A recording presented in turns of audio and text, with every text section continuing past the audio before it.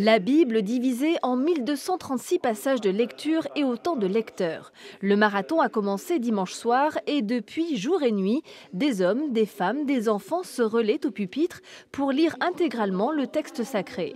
Marie-Catherine a choisi de faire partie de cette grande chaîne. C'est le Seigneur dit à Moïse. Au départ, j'ai trouvé que c'était un projet complètement fou, irréalisable, fantastique dans le sens forme du terme.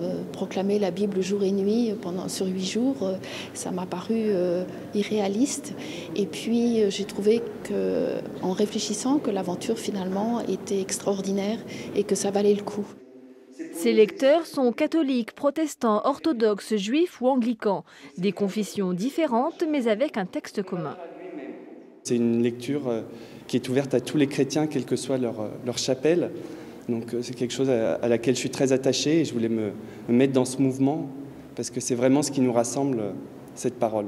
Les organisateurs de cette manifestation travaillent depuis cet été sur ce projet de Bible en continu à Poitiers. Pas facile de convaincre au départ des communautés religieuses peu enclines à ce genre de démonstration. La moitié de la communauté interreligieuse, toute confession confondue, a cru au début que c'était une performance.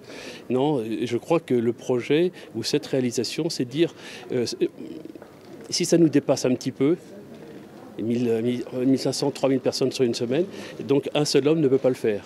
Donc qui peut faire plus qu'un seul homme? C'est Dieu. Ce relais biblique doit s'achever samedi à 11h40 précisément. Il sera suivi d'une cérémonie de clôture interreligieuse.